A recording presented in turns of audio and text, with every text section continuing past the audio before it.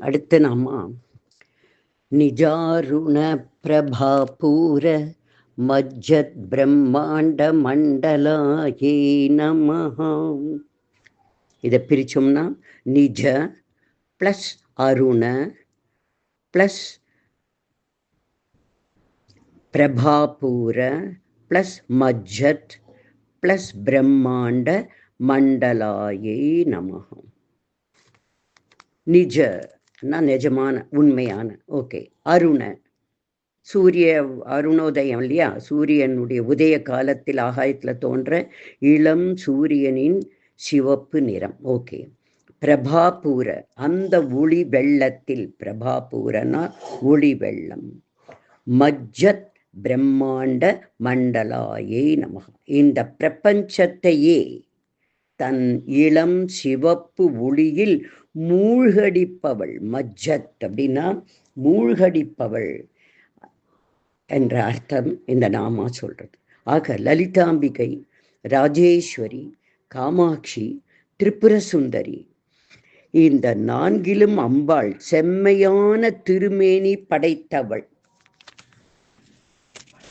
அம்பாள் கிட்டக்க இந்தந்த வடிவத்தில் அம்பாள் இருக்கும் பொழுது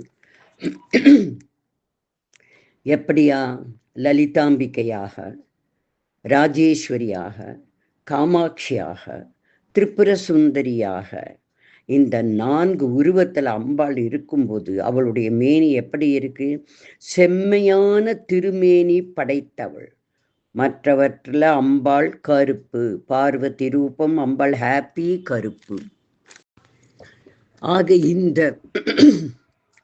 நாமம் நிஜாருண பிரபாபூர மஜ்ஜத் பிரம்மாண்டலாயே நமஹா. இந்த திருநாமத்து மூலம் என்ன தெரிஞ்சுக்கிறோன்னா, அம்பாள் தன்னுடைய சிவப்பு நிற, இளம் சிவப்பு நிறத்தால் இந்த பிரம்மாண்டத்தையே மூழ்கடிக்கிறாள் என்ற அர்த்தம். அம்பாளின் தேக வர்ண பிரபாவம் இந்த இதை சொல்றது இல்லையா. ஆக தன்னுடைய திருமேனியின் ஒளியினால் இந்த பிரபஞ்சத்தையே அவள் மூழ்கடிக்கிறாள். அப்படி அவ்வளவு ஒளி பொருந்தியது, அத்தனை காந்தி பொருந்தியது, அத்தனை சுகமான ஒரு நிறம் இல்லையா. அதுல அம்பாள் நம்மளை மூழ்கடிக்கிறாள் அப்படின்னு சொல்றோம். அடுத்த நாமம் 13வது நாமம். ஓம் சம்பகாசோக புன்னாக சௌகந்தி கலசத்கச்சாயை நமஹ. சம்பகாசோக புன்னாக சௌகந்திக லசத் கச்சாயே நமஹ. சம்பகனா செண்பக மலர். அதை சம்பக பிளஸ் அசோகன்னு பிரிக்கிறோம். அப்போ சம்பகன்னா செண்பக மலர், அசோகம்னா அசோக மலர், புன்னாகனா புன்னாகம், சௌகந்திகம் அப்படின்னா அல்லிப்பூ இதழ் போல உடைய சிவப்பு மலர். அல்லிப்பூல சிவப்பு இதழ், இந்த நீர்ல வளரக்கூடியது. அந்த ஓரத்துல இல்லையா, மல்லிப்பூல அந்த ஓரத்துல சிவப்பு நிறம் இருக்கும்.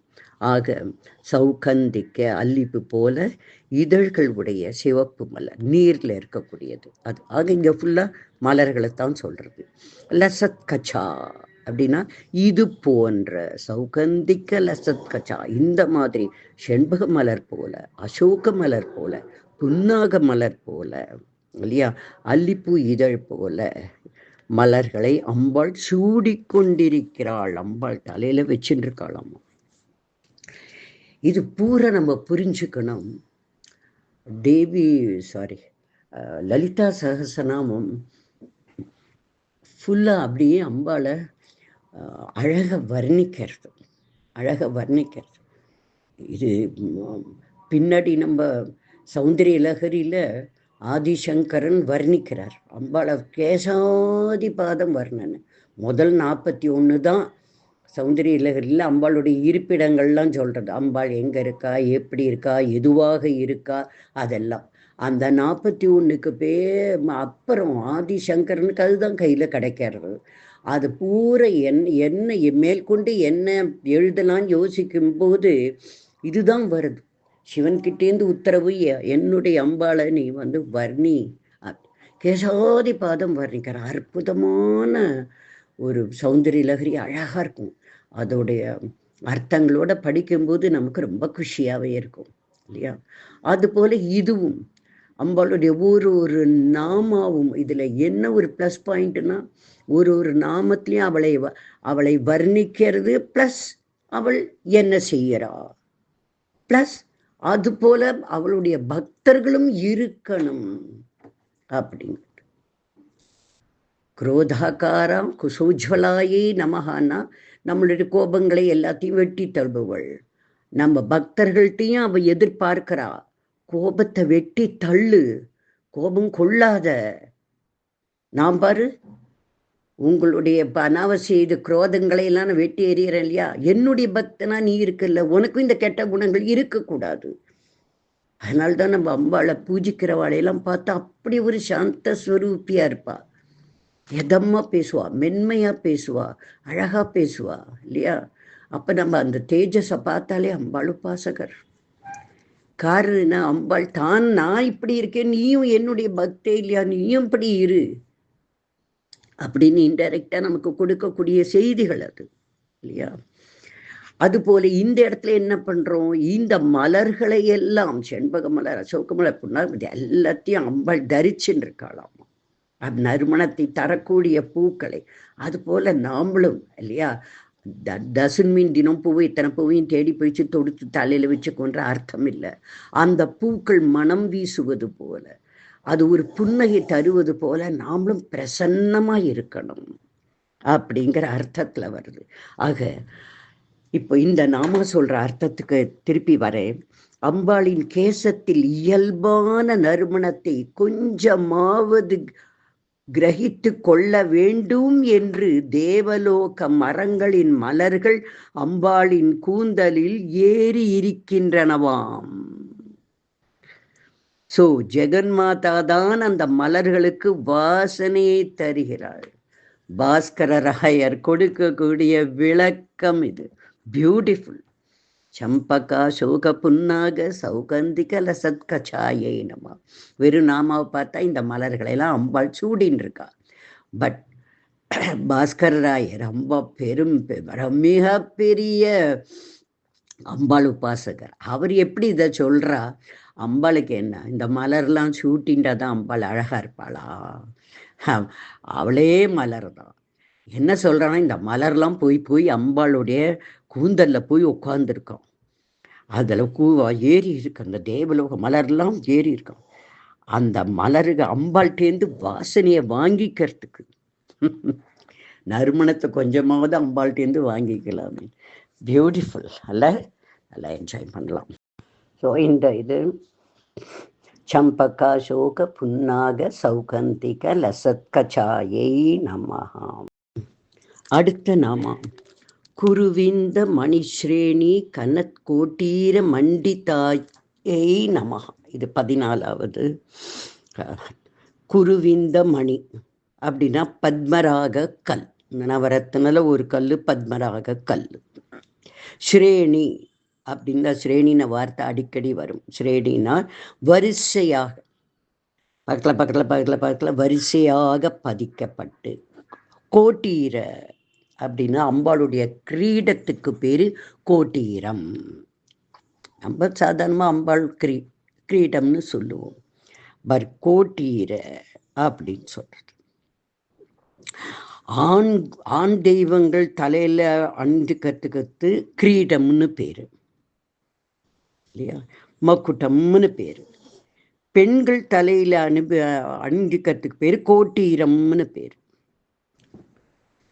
இது நமக்கு ஒரு ஜென்ரல் நாலேஜ், அவ்வளோதான். சரி, இப்போ குருவிந்தன பத்மராகக்கல், ஸ்ரேணினா வரிசையாக பதிக்கப்பட்டு, கோட்டீர்னா அம்பாள் கிரீட்டம், மண்டிதா டெக்கரேட்டட் அலங்கரிக்கப்பட்டுள்ளது. என்ன அர்த்தம்?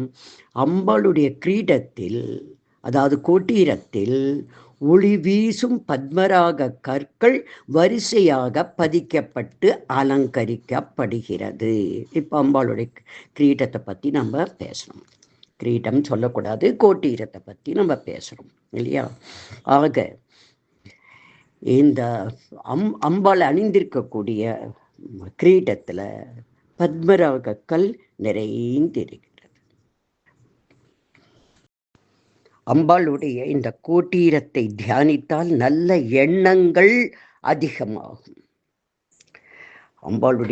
அம்பாளை பார்க்கும்போது அந்த கோட்டீரத்தை கொஞ்ச நேரம் நின்று அதை பற்றி ஒரு தியானம் செஞ்சோம்னா நமக்கு நல்ல எண்ணங்கள் வரும் அப்படின்னு சொல்றது அதோட பலன். 15வது நாமம். ஓம் அஷ்டமி சந்திர விப்ராஜ தலிகஸ்தல சோபிதாயே நமஹ. அஷ்டமி சந்திர விப்ராஜ அலிகஸ்தல சோபிதாயே நமஹ. பிரிக்கிறோம்.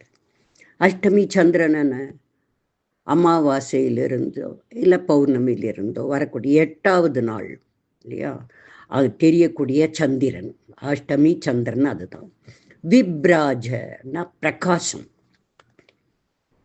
விப்ராஜ பிரகாசம். அலிக்கம்னா சுருள் கேசம், சுருண்ட முடி, அம்பாளுக்கு சுருட்ட முடி. அலிக்கம் சுருள் கேசம், சுருட்ட முடி. ஸ்தலம் விளையாடும் இடம், அதாவது முன்னெற்றியில் சுருண்டு விழும் கூந்தல் கற்றைகள் விளையாடுகிறது. சோபிதாயை நமஹ, அழகுடன் இருப்பவள். ஆக அஷ்டமி சந்திரன் போல உள்ள அம்பாளின் நெற்றியில் அந்த முன்னெற்றியில இருக்கக்கூடிய சுருள் கேசங்கள் அப்படியே அந்த நெத்தியில அது சுருண்டு விழுந்து அந்த காத்துல அப்படி இப்படி அசையறது, அந்த கேசங்கள் விளையாடுவது போல இல்லையா இருக்கிறது. இந்த அழகோடு பிரகாசிப்பவள் அம்பாள். அஷ்டமியில் உதிக்கும் பாதி பிறை சந்திரனை போல ஒளிவிடும் அம்பாளின் நெற்றி பிரதேசத்தில்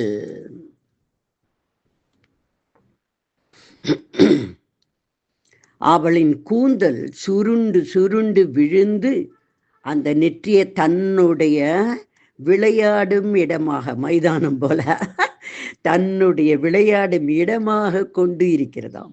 அதாவது காத்துல அப்படி இப்படி போகும்போது சுருண்டு சுருண்டு அது மேலும் சோபையை, அழகையை உண்டாக்கி ஜொலிக்கிறதாம் அப்படின்னு சொல்றது.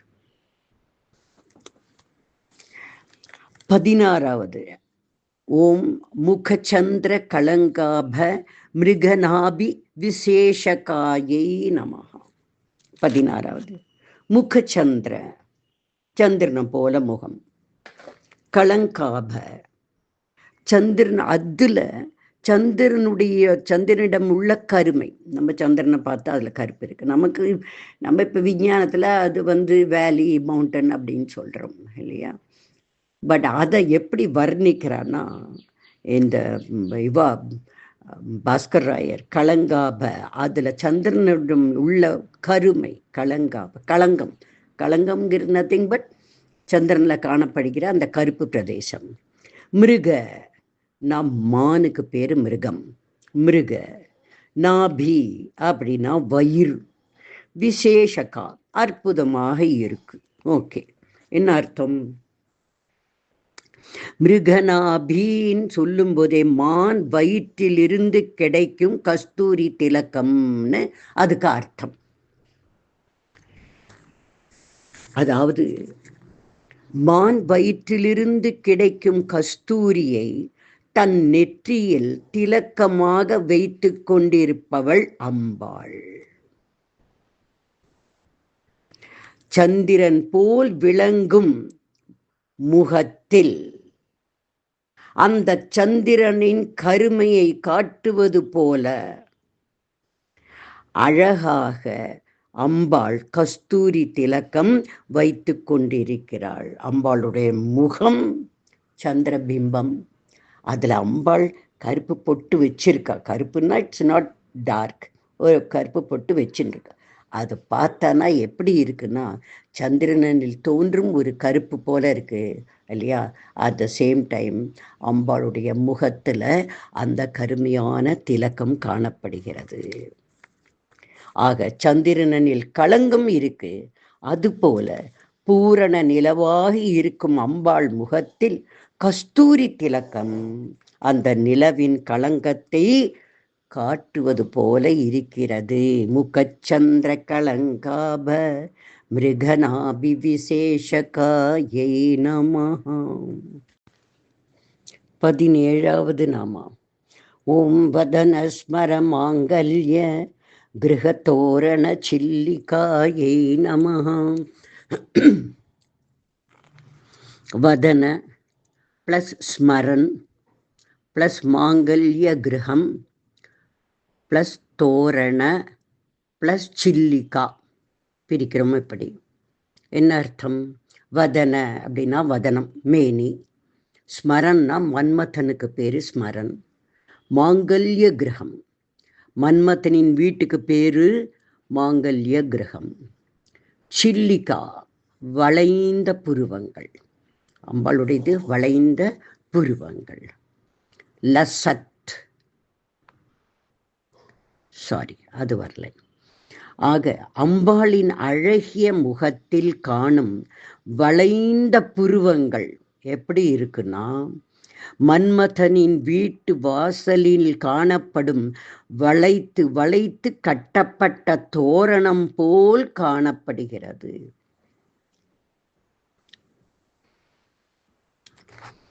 மன்மதனுடைய வாயில் தோரணங்கள் இப்போ நம்ம பார்க்குறோமே, நாம்ளே இல்லையா, பூ எடுத்து அப்படி வளைச்சி வளைச்சி வளைச்சி தானே வாசப்படியில எல்லாம் கட்டுறோம். அது போல அம்பாளுடைய அந்த வளைந்த புருவங்கள் எப்படி இருக்குன்னா மன்மதனுடைய வாசல்ல காணப்படும் வளைத்து கட்டப்பட்ட தோரணம் போல இருக்கிறது அப்படின்னு சொல்லப்படுகிறது. வதனஸ்மர மாங்கல்ய கிரகத்தோரண சில்லிகாயே நமஹ. மன்மதனுடைய வாயில் தோரணங்களை போல காண. நம்ம தோரணம்னா நம்ம தோரணம் எல்லாம் நம்ம கீழே தான் இருக்கும், புருவங்கள் கீழே வளைஞ்சிருக்காதே, மேலே தானே இருக்கும் இல்லையா? இது எப்படி தோரணத்துக்கு வரதுன்னா நம்ம அப்படி புரிஞ்சுக்கணும். வாயில் தோரணங்கள் எப்படி அழகாக அலங்கரிச்சிருக்கோ அந்த மாதிரி அம்பாளுடைய நெற்றியில அந்த புருவங்கள் அழகாக அமைந்திருக்கிறது. நம்ம இமேஜின் பண்ணும்போது அம்பாளுக்கு மேல் பகுதியாக வளைந்து 2 புருவங்களும் காணப்படுகிறது. அந்த வளைவுக்குத்தான் அந்த மாங்கல்ய கிரகத்தை ஒப்பிடுறார். ஆக அம்பாளின் புருவங்கள் மன்மதனின் வாயில் தோரணங்களைப் போல அழகாக அமைந்திருக்கிறது.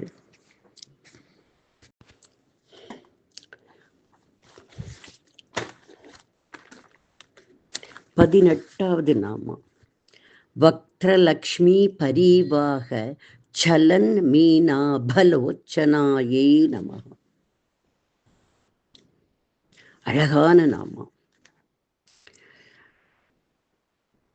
வக்ரலக்ஷ்மி பரிவாக அம்பாளின் முகத்திலிருந்து மங்களமான அழகு பிரவாகிக்கிறது. அப்படியே பிரவாகம் வெள்ளம் போல அவ்வளவு அழகு கொட்டுறது, அப்படியே அழகு மிகுந்து காணப்படுகிறார். அடுத்தது சலன் மீனாபலோச்சனாயை நமஹா. சலன்னா அசைவுள்ள, சலன்னா அசைவு, மீனாப மீன்களை போல, லோச்சனாயை நம்ம உள்ள கண்கள், ஓடுகின்ற அசைகின்ற மீன் எப்பயும் ஒரு இடத்துல இருக்க, அப்படி அப்படி அப்படி ஓடிக்கிட்டே இருக்கும். அது போல சலனம் மிக்க கண்களை உடையவள், மீன்களை போன்ற சலனம் மிக்க கண்களை உடையவள் அப்படின்ற நாம். அந்த அழகு பிரவாகத்துல அம்பாளுடைய கண் விழிகள் அலைந்து கொண்டே இருக்கிறதாமா.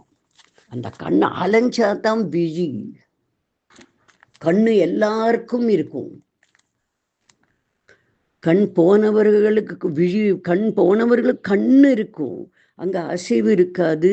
கண் பார்வை இழந்தவர்களுக்கு அந்த பார்வைன்னு சொல்லும் போதுதான் விழிங்கிற வார்த்தையை நம்ம யூஸ் பண்றோம். விழினாலே பார்வை இருக்கு. பார்வை இருக்குனாலே அது அசைவு இருக்கிறதுன்னு அர்த்தம் இல்லையா? அவளுடைய கண் விழிகள் அசைந்து கொண்டே இருக்கிறது. விழிகள் அசையலைன்னா அவுட், அந்த பர்சன் அவுட்ன்ற அர்த்தம். விழிகள் அசைந்து கொண்டு இருக்கும். அந்த அசைந்து கொண்டிருக்கிற விழிகளை, அது எப்படி அசைந்து கொண்டிருக்கிறது? சலன் மீனாபலோச்சனாயேனம், மீன்களைப் போல அசைந்து கொண்டிருக்கும் கண்களை உடையவள் அம்பாள். அம்பாள் அழகு மிகுந்த அம்பாள்னு சொல்றது.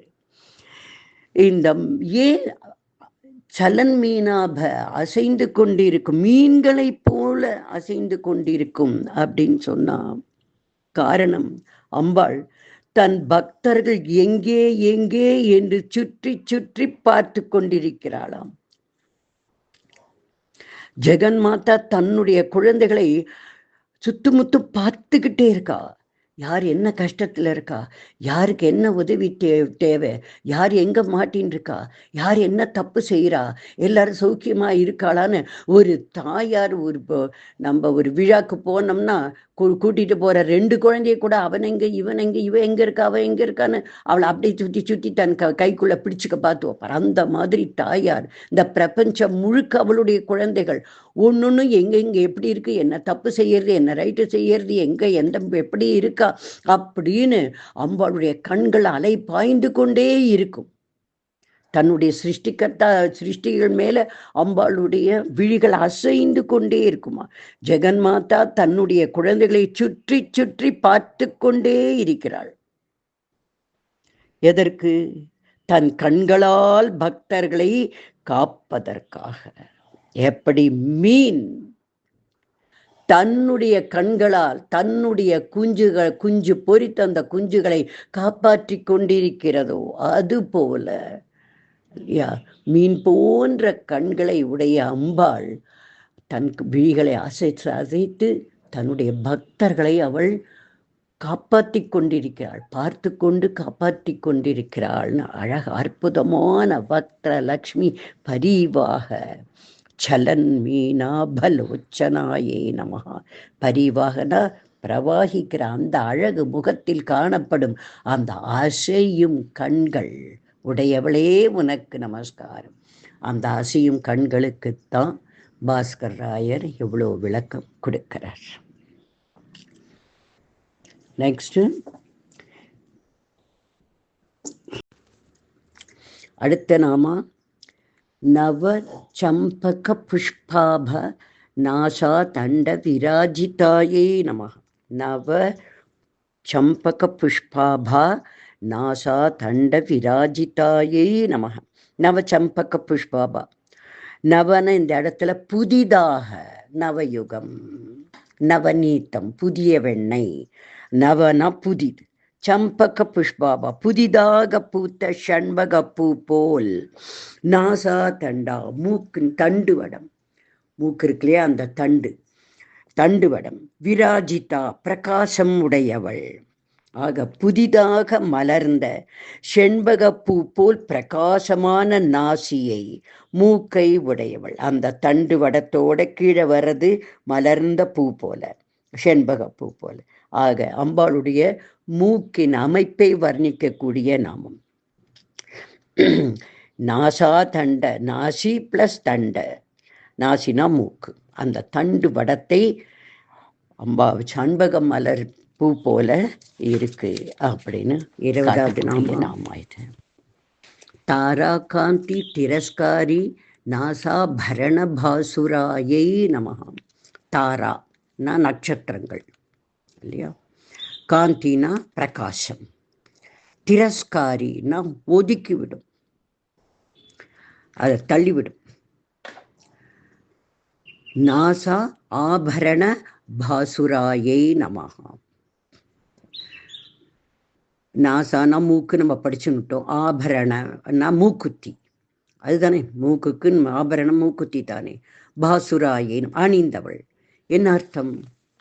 அதாவது அதிக பிரகாசமுள்ள நட்சத்திரம் சுக்கிரன் இல்லையா, விடி வெள்ளி சொல்றோமே, வடக்குல கலங்காத்தால காணப்படும் இல்லையா. ஆக அந்த அதிகாலையில் காணப்படும் அந்த நட்சத்திரத்தை விட அம்பாள் அணிந்திருக்கும் மூக்குத்தி மிகவும் அழகாகவும் அதிக பிரகாசம் உள்ளதாகவும் காணப்படுகிறது. தாரா காந்தி திரஸ்காரி. இதை படிக்கும்போதே நமக்கு ஒரு இது நினைவு வரும். கன்னியாகுமரியில் ரொம்ப ரொம்ப ரொம்ப ரொம்ப ரொம்ப நூற்றுக்கணக்கான வருஷத்துக்கு முன்னாடி ஒரு பிரெஞ்சுக்காரனுடைய கப்பல் கன்னியாகுமரி அந்த இந்து மகா சமுத்திரத்தில் பிரயாணிக்கும் போது புயலும் மழையும் வந்துடுறது. என்னப்பா கரை எங்கே இருக்குன்னே தெரியல. இப்போத்தானே கலங்கரை விளக்காமெல்லாம் இருக்கு நமக்கு. அந்த காலத்தில் ஒன்றும் இல்லை. அதனால அவள் ரேடாரை வச்சு அவளுக்கு ஒரு சாதனம் உண்டு, அதை வச்சு வடக்கு கிழக்கு மேற்குன்னு கண்டுபிடிப்பாளே தவிர கரை எங்கே இருக்குன்னு அவளுக்கு தெரியாது. இந்த லட்சணத்தில் புயல் மழை மேகம்னு வந்த உடனே ரொம்ப தவிக்கிறா, என்ன பண்ணுறதுன்னு தெரியல. அப்போ தூரத்துல இருந்து ஒரு ஒளி அவளுக்கு கண்ணுக்கு தெரியறதாம்மா. ஓ, இங்கே ஒளி தெரியுது, அப்போ இங்கே கரை இருக்கணும் அப்படின்னு அந்த கப்பலை ஓட்டிக்கிண்டு அவ கிட்ட வரா. ஒன்றும் இல்லை அங்கே, ஆனால் ஒரு ஒளி தெரியறது.